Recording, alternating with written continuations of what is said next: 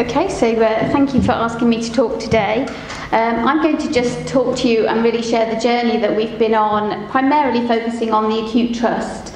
And then I'm going to identify or highlight some of the key issues that we've perhaps found along the way.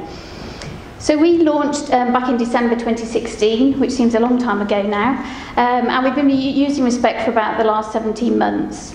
And during that process, we have audited to see whether it's making any difference, and also to try and identify whether there's any changes or challenges that we need to perhaps concentrate and focus our efforts on. When we launched ReSPECT, we had a regional DNACPR policy, so we were quite lucky because we were quite ahead in terms of that we had a infrastructure in place where we worked in collaboration with primary, secondary care and the ambulance service. So actually just sort of transferring that from DNACPR to ReSPECT was, well, I won't say it was simple, nothing's ever simple, is it, in the NHS, but it was relatively easy to kind of reconvene the group and for us to all have a common goal, really. So we used to have about 100 DNACPR forms, decisions within our organisation, and we've got sort of 1,100 beds. So that's probably quite a low number, really, in terms of DNACPR forms. But when we were looking to introduce ReSPECT, there was very much a feeling that that would reduce by about 50%, because people said the things that you'll all have heard as you're trying to encourage people to implement or adopt ReSPECT, and that was that it's going to take too much time, we haven't got time to talk to patients, the form's going to take ages. I got asked what was the mean time for completing each section on the ReSPECT form, and so it was really important for us to try and highlight the benefits of it, really, and actually the fact that we should be having these discussions with the patients. And again, Mr. and Mrs. Dunn have highlighted that very well this morning. So when we audited after 6 months, we actually had 158 forms. So we thought that's quite positive. We're moving in the right direction. We've actually got more forms than actually people ever expected us to have. Not surprisingly, the majority of patients that had a ReSPECT form were not for CPR. And that, for me, in some ways was a concern, because obviously what we didn't want ReSPECT to be was to be badged under DNACPR. I felt that we had moved away from that, and that was the whole idea about ReSPECT.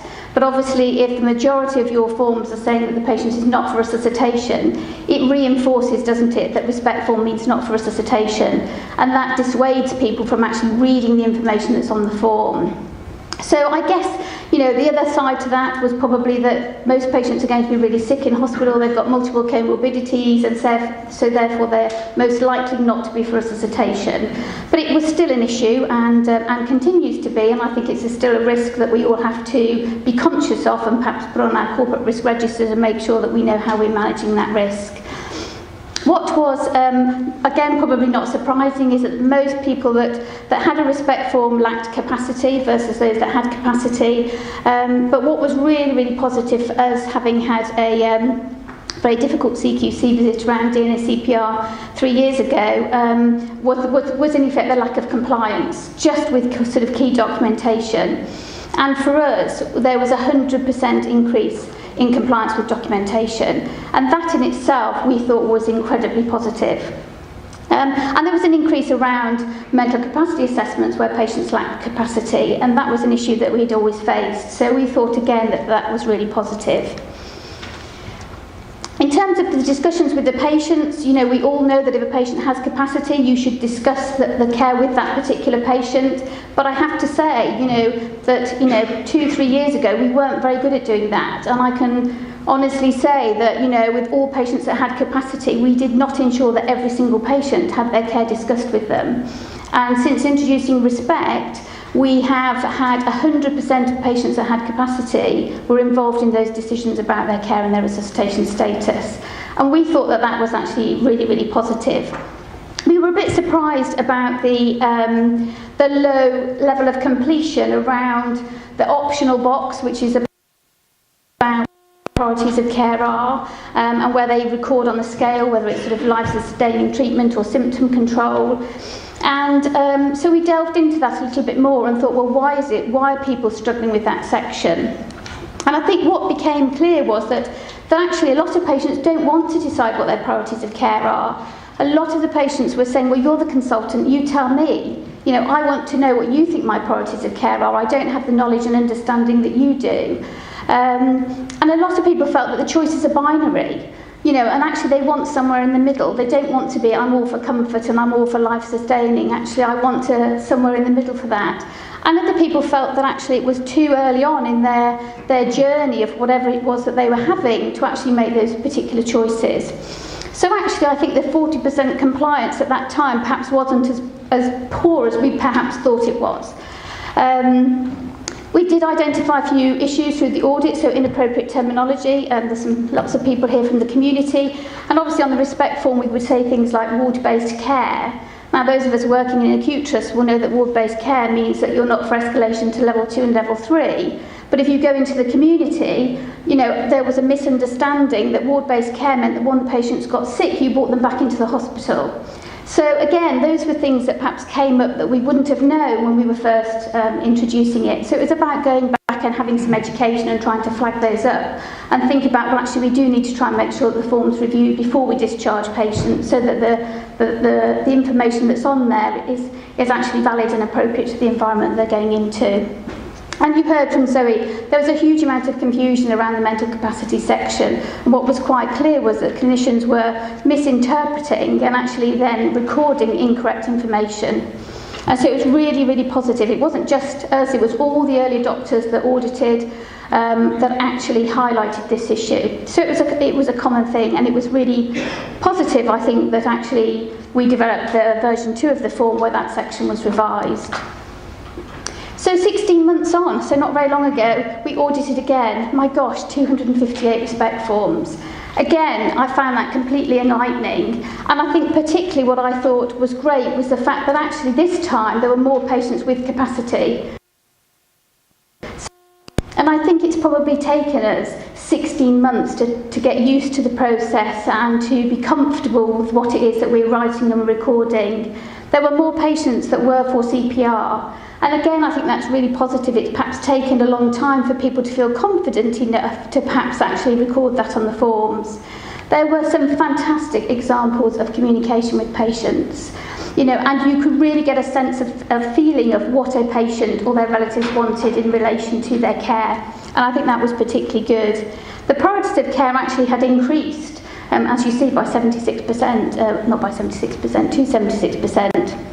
And so the completing scale was sort of roughly the same as was sort of focusing on symptom control. So there was sort of a 50-50 sort of symptom control versus life-sustaining treatment. I think again what was particularly good is that when we audited, I think we kept saying that the ReSPECT process is not just about end of life. I think where we as an organisation often did fail patients was around the cardiac, respiratory, renal, those type of patients, neurosurgery. And actually what ReSPECT has done and what we demonstrated in the audit is that ReSPECT is used in every single specialty within our organisation. And to me that is a complete transformation from where we were. Compliance has continued to remain high in terms of key information, and that can only be positive as well.